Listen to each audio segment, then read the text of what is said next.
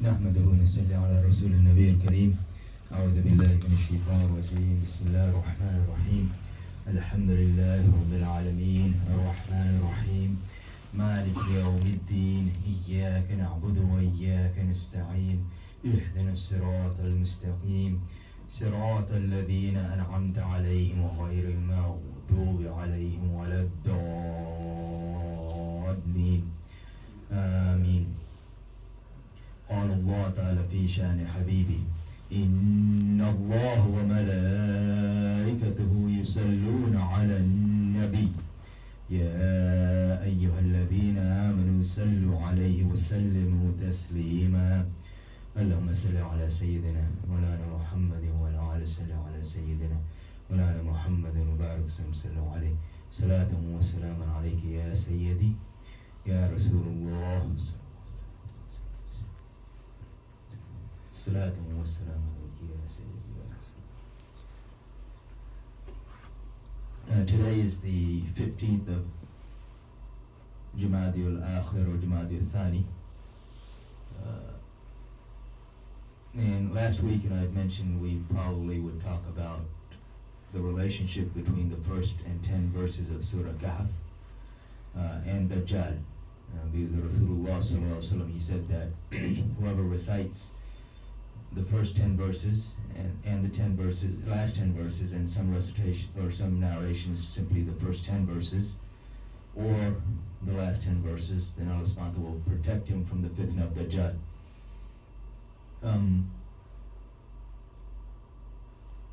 I'm not going to talk about that directly today, though. I'm going to cover a few other things, and then inshallah in a couple of weeks we'll talk about that a little bit more. If you read those verses, though, you should start seeing the connections if you also know the way the fitna of Dajjal and the way Dajjal will come, and how his fitna is already here and already affecting us. Of course, a lot of that we talk about in general anyway when we talk about anything. And this is an important topic because every prophet has told his ummah about this fitna or warned his ummah. And Rasulullah sallallahu alaihi wasallam told us things that other prophets did not tell them, their people. Because this is the ummah that has to deal with that fitna. But, with everything that's going on, and we see this, and this is again part of that fitna as well. A lot of people are talking about, that this war is different than any other war because it's a war of information. When people say that, that tells us one of two things. Either they don't know their history, or they don't understand the history. Because it's always been a war of information. In order for governments, rulers, kings, whoever, to do things that oppress the people, they have to have a foundation laid out first in order to create an environment where they're able to do these things. And that environment is created from information or misinformation, propaganda. It's all information related. The only difference now is the way the information is disseminated. The speed at which it's disseminated, and the tools that are used to disseminate the information, things that are weaponized. That's the only difference. If you look at the rhetoric, if you look at the things that are being said, the things that are used to create this mindset for people to become okay with the annihilation of any other people, or the subjugation of any other people, it's all the same. We look back during the time of Rasulullah sallallahu alaihi wasallam. When he starts his mission,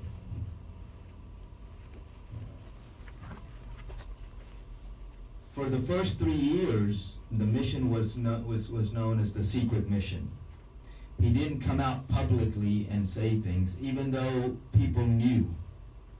So this is when you have, certain people coming to him and accepting Islam, and all of the Ashar Mubashara, the exception of Umar, radiallahu anhu, accepted Islam during this time period. But you don't have the overwhelming violent reaction from Quraysh at that moment. For those 3 years, it was mostly, well, if we ignore them enough, they'll go away.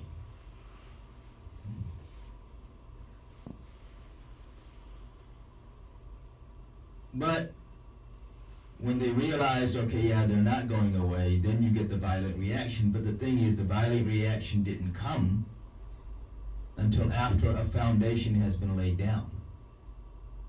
Now, the slaves were violently brutalized, because at that time the mindset was that the slave has to be the same religion as the master. And so if anybody left the religion of the master, then they would be punished.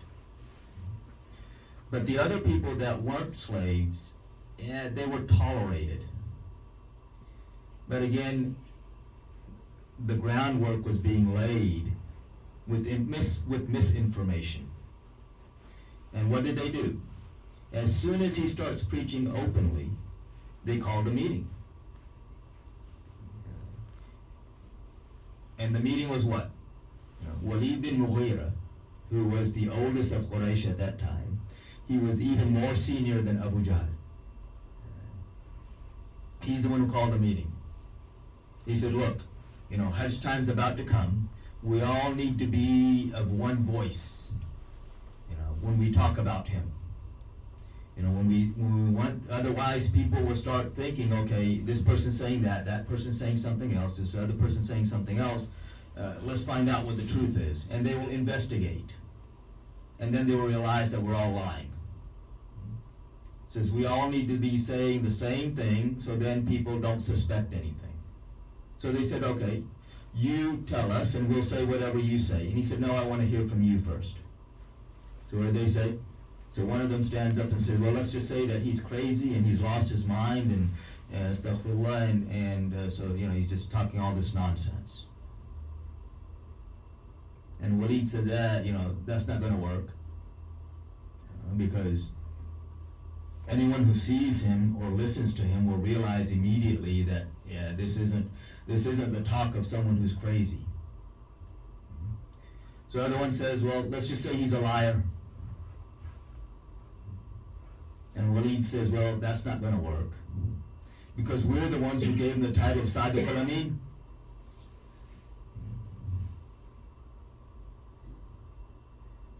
So another person says, well, let's just say he's possessed by a jinn. And he says, well, that's not going to work, because he doesn't do those things that people that are possessed do. Anyone, again, who sees him will immediately recognize that he's not possessed. Another one said, well, let's say he's a magician. So Walid, again, he says, that's not going to work either, because he doesn't do the things that magicians do. So one said, well, let's say he's a kahin, a soothsayer, a fortune teller. This is not, he doesn't talk like them. So again, that won't work either. So then they said, well, we don't have anything else.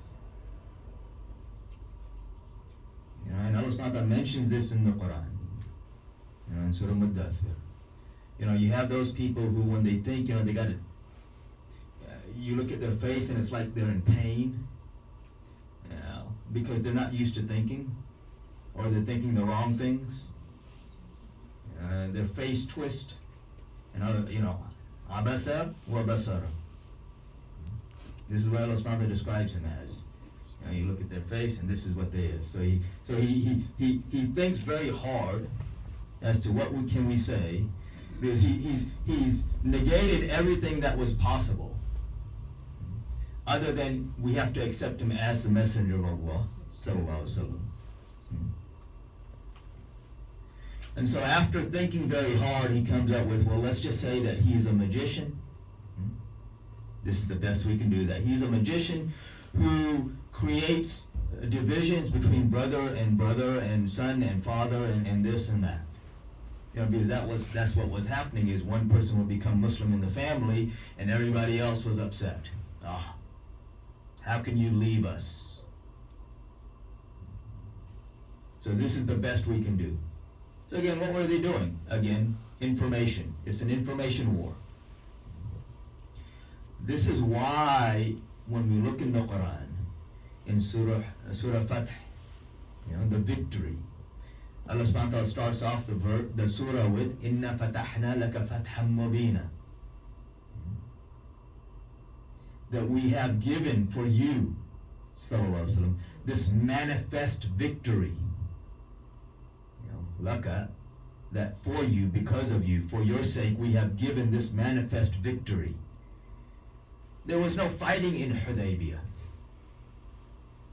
It was simply an agreement, a peace treaty that was signed between the Rasulullah ﷺ and Quraysh, to the extent that they didn't even allow Muhammad Rasulullah to be written on the treaty. All the parts of the treaty seemingly went against the Muslims.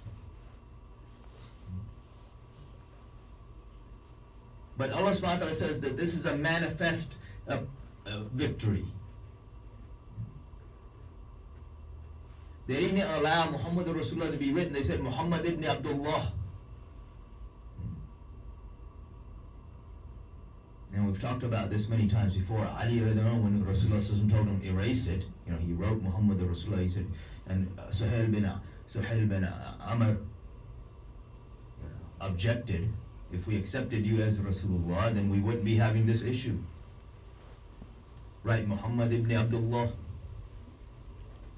Ali radiallahu is described writing it. Rasulullah says erase it and write as he says, and Ali radiallahu says I will not erase it. Rasulullah doesn't chastise him, because love also knows when to disobey.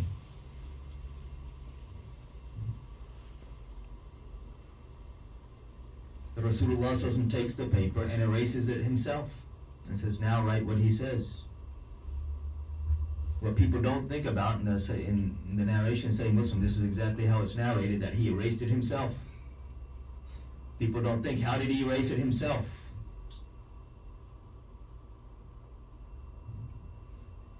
When he asked Ali later on, why didn't you erase it?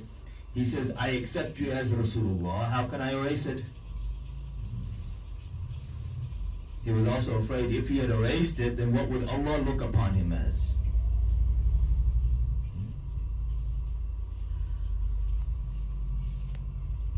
But again, the agreement, no fighting, simply an agreement. Why does Allah subhanahu wa ta'ala refer to this as a manifest victory? It didn't nullify the propaganda, but it neutralized it. They continued with their propaganda, but what the treaty did was for free communication between the Muslims and the non-Muslims. So now, all this propaganda that they had heard against Islam, against Rasulullah, against the Muslims, when they would interact with the believers, they would realize, everything we've heard has been a lie. Which is why you had so many people between Hudaybiyah, because Rasulullah went to Hudaybiyah with how many men? 1,400. 2 years later, he returns to Makkah with how many men? 10,000.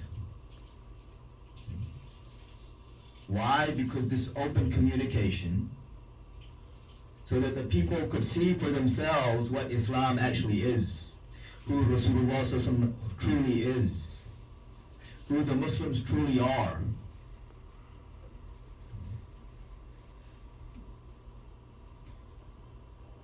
But there's a huge difference. Even if we were somehow to neutralize the propaganda today, it would not have that effect. Why? Because every one of the believers at that time understood that they were ambassadors of Islam. their actions, their words, every aspect of them was a reflection upon Rasulullah sallallahu alaihi wasallam, and that they had to represent themselves as reflections of Rasulullah sallallahu alaihi wasallam. And so when the disbelievers saw them, they saw this nur of Rasulullah sallallahu alaihi wasallam. Today, they look at us, and nothing we do or say represents Islam. You'd be talking to people, and you say, okay, well, Islam does this, says this, Muslims do this, and they say, well, I know one guy, and he's Muslim, and he doesn't do any of that.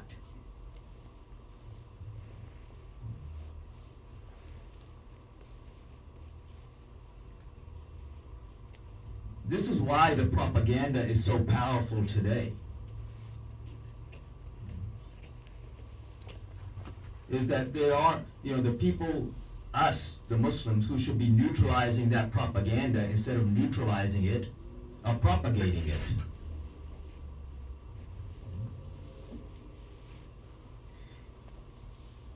This is why what is happening today can happen with impunity. They realize they can do things and no one cares. Because we who are supposed to be representing Islam, supposed to be representing Allah and His Messenger, sallallahu alaihi wasallam, we're not doing our job. And so now the propaganda has been able to be so deeply entrenched within the people that, again, they have no problem doing what they're doing and not fearing any retaliation for what they're doing.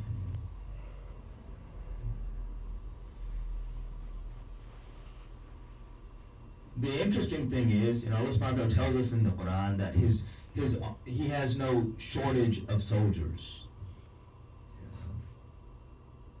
He mentions this in Surah Tawbah, talking about protecting the Rasulullah sallallahu alaihi wasallam, that his army, there is no shortage in his army, which is interesting because, when Rasulullah sallallahu alaihi wasallam makes hijrah and he hides in the cave of Thur,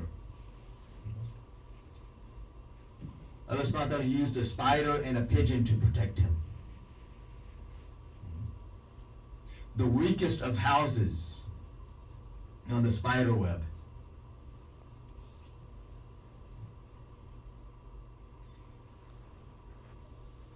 When we don't do what we're supposed to do, again, there is no shortage in the army of Allah. If you read the Quran also, when you read, the first punishment that came on the children of Israel, when Allah subhanahu wa ta'ala sent the army of Babylon, Bakhtasar, Nebuchadnezzar, because they had done so much mischief on the earth, Allah subhanahu wa ta'ala sent an army. The interesting thing is that the army that He sent was an army of mushrikeen. The people of Babylon were idol worshippers. The Bani Israel at that time were the believers of the time. And yet Allah subhanahu wa ta'ala refers to the army of Babylon as His army.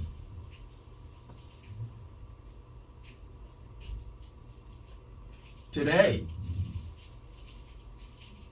again, the control of information, and this is why, even when we speak, we have to be very careful as to the words that we use. Everything is being censored. And in this land of so-called free speech, everything is censored. And it's been censored for a long time. It's just the illusion of, we have the freedom of speech. Freedom of speech is only when they attack Islam. Anything that goes against what their agenda is, they will censor it. And the way they get around things to censor it is, governments are in collusion with private corporations. So when the corporation censors you, then they say, oh no, see, this isn't the government censoring you, this is this corporation, but they're the ones who told the corporation what to do. So you say certain words, which are picked up these days with artificial intelligence, and suddenly you're dropped. And especially if you're a Muslim and you say certain words, then you're censored. In many ways. Censorship simply isn't that they don't allow your words to get passed on, but there are other things that they do.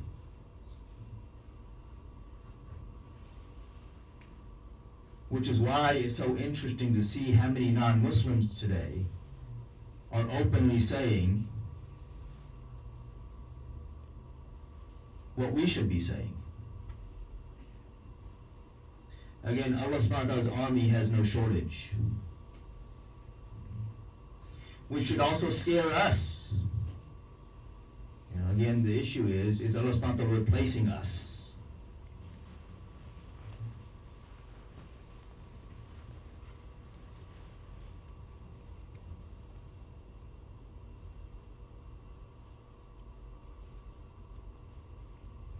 See, when, since this is Jama'at al-Akhir, and Sayyidina Abu Bakr Siddiq, he passed, according to some narrations, the 21st, according to some narrations, the 22nd of this month. If we look at his Khilafah, immediately after the passing of Rasulullah sallallahu alaihi wasallam, we know that all of Arabia, with the exception of Hijaz, apostated. And not just apostated, but they apostated with the intention of coming and attacking Medina Munawwara. And there were various groups within them. You have 5 people who declared themselves as prophets. Musaylima, of course, is the most famous amongst them, who gained the largest following. You have those who denied and said, we don't want to give zakat. And if you look at, again, the propaganda, the arguments, the issues have never changed. They always are the same. The argument of those who didn't want to give zakat, when they came to Abu Bakr radiallahu anhu, they said to him, look, our agreement was with Muhammad sallallahu alaihi wasallam, and he is now dead. So our agreement has ended. We want a new agreement. Meaning we don't want to give zakat, or we don't want to give as much zakat. Even 2.5% was heavy on them.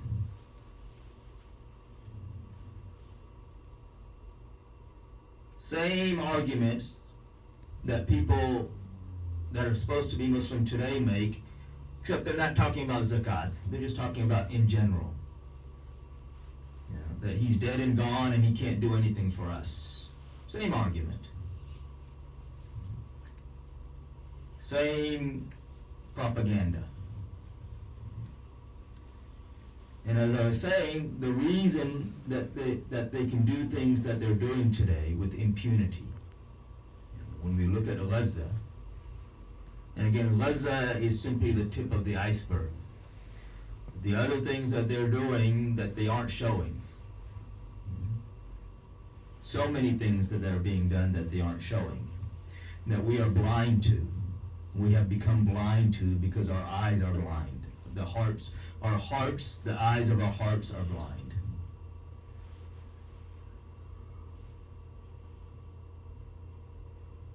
But again, this isn't something that happened overnight. This is the foundation for this has been, been worked on for centuries. Has been accelerated over the last 1 century, and especially over the last 5 decades.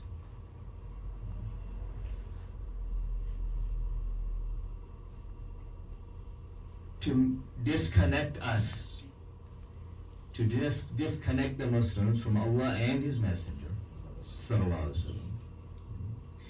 And because they know that once that connection is cut, or once that connection is weakened, Because that connection is what gives us life. And I'm not talking about walking and eating and drinking and what we think of as life. But the connection that feeds our souls, that feeds our spirituality. Once that's gone or weakened, then they know that they have free autonomy to do what they want. And they also understand that they don't have to do the whole ummah, just parts of it. And so long as the other parts remain silent or indifferent to what's happening to other parts of the ummah, then Allah's help doesn't come. At least not for the whole ummah as a whole. Again, this is what we're seeing. And this is why we're seeing what we're seeing.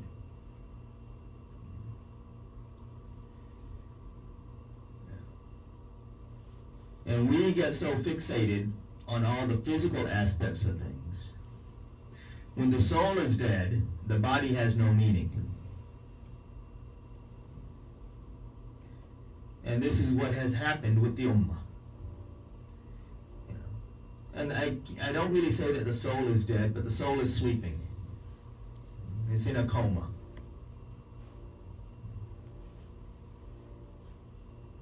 And it will wake up. The question is whether we will be part of that waking up. And this is why we have to remember, as far as diffusing the propaganda, we are the ambassadors to be able to diffuse that propaganda. And if we don't act as ambassadors of Islam, if we don't act as representatives of Rasulullah, keeping in mind that everything that we do reflects upon him, in the eyes of those that are not Muslim, everything that we do reflects upon Islam, reflects upon the Rasulullah. And if we don't have that mindset, then the propaganda will continue. And the propaganda will continue to be effective.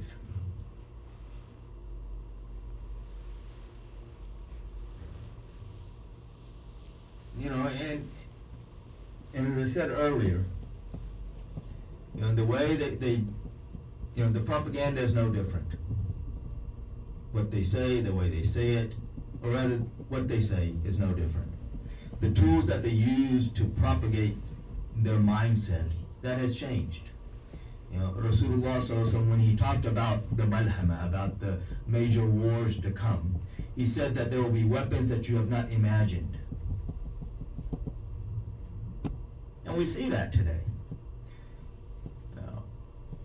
Who back then could even imagine a smartphone, which is also a weapon because of what we see on the phone? When I was growing up back in the 80s, 70s and 80s, the big thing was to put subliminal messages on 8-track, you had the record players. And what they would do is you had, all these rock and roll songs and all those, and if you played them backwards, you would hear worship Satan. Clearly, messages being sent. If you played them forward, you couldn't hear that. You just heard the song or whatever. So that became a big thing. And so a lot of parents started complaining. And then they did a study, like they do studies. They themselves did the study and said, no, it doesn't affect anybody. It doesn't affect you. Well, if it doesn't affect you, then why are you spending millions of dollars to do it? Now, what they do is, you're watching TV, you're watching a movie, you're watching something, and every 20 or 30 frames, they put an indecent picture or some message in there. Your eye doesn't see it, but your mind sees it.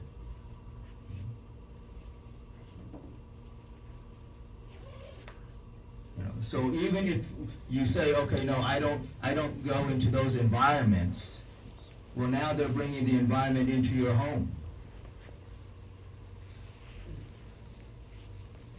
Misinformation, propaganda. Control the narrative, and you control the people. And this is what they're doing. And we are clueless, unfortunately. I'll end here. Inshallah, we'll kind of continue next week. May Allah subhanahu wa ta'ala fill our hearts with His true love and the true love of His beloved Prophet Muhammad sallallahu alaihi wasallam, which is the only way the eyes of our hearts will open up, is if that love enters our hearts. And the true love of the household of Rasulullah sallallahu alaihi wasallam and his companions and all of those whom they love. May He protect and give victory to our brothers and sisters in Gaza, and may He, give guidance to those that are the oppressors. And again, guidance is not for everyone, and if guidance is not for them, then may He destroy them. Those who are not made sunnah, go ahead and make sunnah, inshallah.